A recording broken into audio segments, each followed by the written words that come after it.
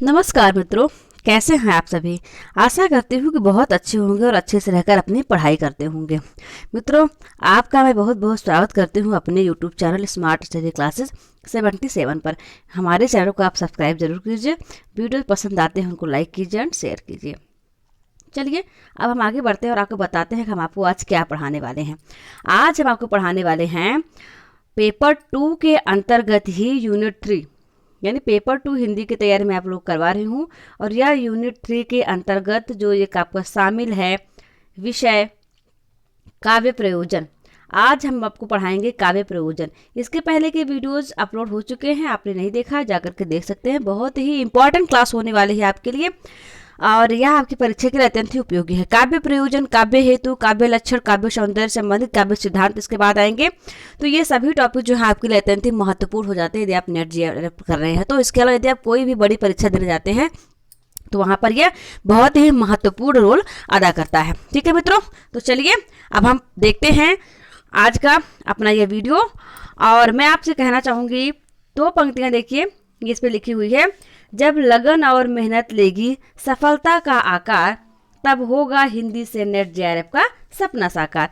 चलिए मित्रों, इसी आशा और विश्वास के साथ कि आप अच्छे से अपनी पढ़ाई कर रहे होंगे, हम स्टार्ट करते हैं आज की यह क्लास।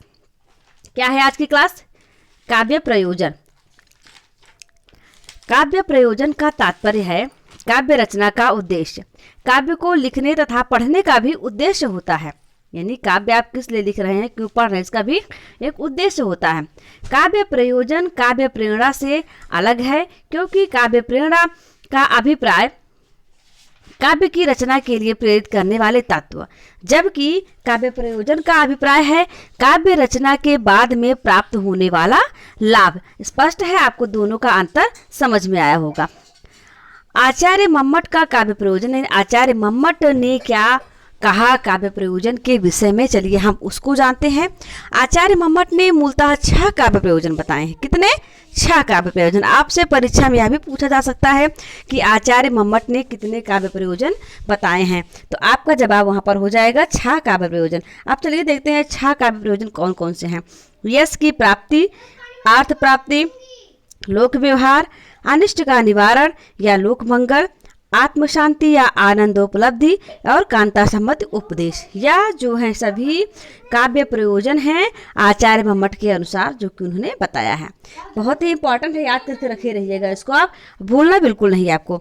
चलिए आगे बढ़ेंगे हम और जानेंगे आचार्य मम्मट ने ग्रंथ काव्य ग्रंथ उनका जो काव्य ग्रंथ है उसमें उन्होंने अपने इसके बारे में चर्चा की है, काव्य के लक्षणों के बारे में चर्चा की है, जो उनका काव्य ग्रंथ है उसमें। आचार्य बामन ने प्रीति एवं कीर्ति को मुख्य रूप से काव्य का प्रयोजन स्वीकार किया है। काव्य सद दृष्टा दृष्टार्थ प्रीति कीर्ति हेतुत्वात्, अर्थात काव्य के दृष्ट व अदृष्ट प्रयोजन क्रमशः प्रीति एवं कीर्ति हैं। अब देखिए आचार्य भामा क्या कहते हैं। इन्होंने कहा अपने काव्य अलंकार ग्रंथ में, आप ये भी याद कर सकते हैं कि आचार्य भामा का ग्रंथ कौन सा है, तो काव्य अलंकार है। इन्होंने काव्य अलंकार में कहा है धर्मार्थ काम मोक्षेषु वैच छव्यम कलासु च करोति प्रीतिम कीर्ति च साधु काव्य निषेवणम। मित्रों, यह पंक्ति भी महत्वपूर्ण है क्योंकि आपकी परीक्षा में पंक्तियां भी पूछी जाती हैं। मैच करने के लिए सिर्फ इतना ही दे देगा, यानी अर्धांश ही दे देगा और आपसे पूछेगा ये पंक्तियां किसकी हैं, तो आप याद कर लीजिए। फिर से पढ़िए, बार बार पढ़िए, दोहराते रहिए जब तक आपको अच्छे तरीके से याद ना हो जाए। चलिए अब हम इसका अर्थ जान लेते हैं कि इसका अर्थ क्या है।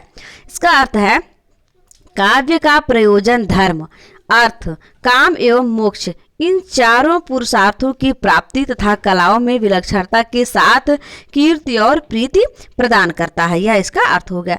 अब देखेंगे आचार्य कुंतक ने क्या कहा। आचार्य कुंतक ने अपने ग्रंथ वक्रोक्ति जीवितम, इनका ग्रंथ जो है वो वक्रोक्ति जीवितम के नाम से जाना जाता है, में लिखा है कि काव्य धर्मार्थ सिद्धि का साधन होने के साथ साथ आह्लाद उत्पन्न करने वाला है। चलिए संस्कृत का श्लोक देखते हैं। इनका श्लोक क्या है। श्लोक धर्मादि साधनोपायः सुकुमार क्रमोदितः काव्य बंधो अभिजातानम हृदयाह्लादकारकः। हृदय को आह्लादित करने वाला जो है। अब देखिए, अभी तक आपने देखा संस्कृत के जितने भी कवि थे, संस्कृत के आचार्य जो थे, उनके मतों को हम देख रहे थे। अब हम देखेंगे हिंदी के कवियों का मत इस विषय में क्या है।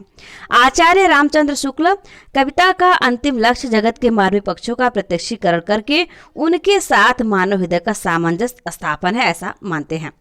और फिर तुलसीदास जी क्या मानते हैं, कीरति भनित भूति भल सोई सुर सर सम कह सब कहहित होई। अर्थात कीर्ति कविता और संपत्ति, कीर्ति कविता और संपत्ति वही उत्तम है जो देव गंगा की भांति सबका हित चिंतन करती है, अर्थात जो सबके हित और कल्याण के बारे में सोचे, वही कीर्ति कविता और संपत्ति का उत्तमता है।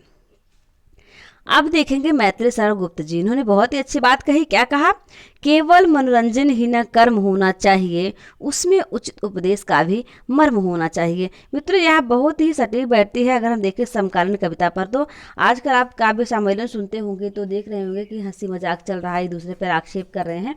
मतलब कि जिस तरह से पहले काव्य का सृजन हुआ करता था उस तरह का अब नहीं है। अब तो कोई काव्य सम्मेलन होता है जैसे लग रहा है कि कवियों का जमघट नहीं, कोई हंसी मजाक के लिए कोई जमघट बनाया गया जहाँ पर ये लोग अपने काव्य का प्रदर्शन कर रहे हैं। तो उन्होंने क्या कहा है, मैत्री शरण गुप्त जी ने कहा, केवल मनोरंजन ही न कवि कर्म होना चाहिए, उसमें उचित उपदेश का भी मर्म होना चाहिए। डॉक्टर नगेंद्र का मत है कि साहित्य का प्रयोजन आत्माभिव्यक्ति है। कवि या लेखक के हृदय में जो भाव या विचार उठते हैं उन्हें वह प्रकाशित करना चाहता है। श्रीधर पाठक का मत है कि साहित्यकार में उस क्षमता का होना आवश्यक है जो लोक वृत्ति को किसी उद्दिष्ट पथ पर ले जाकर उन्नति की लीक पर अग्रसर कर सके। अब आचार्य देव ने क्या कहा, देखिए हम आचार्य देव ने कहा है कि रहत न घर वर धाम धन तरुवर सरवर कूप जस शरीर जग में अमर भव्य काव्य रसरूप। मित्रों, आप जानते हैं कि आचार्य देव जो हैं वो एक काव्य शास्त्री भी थे और हिंदी के रचनाएं भी, कविताएं भी उन्होंने लिखी हैं बहुत सारी।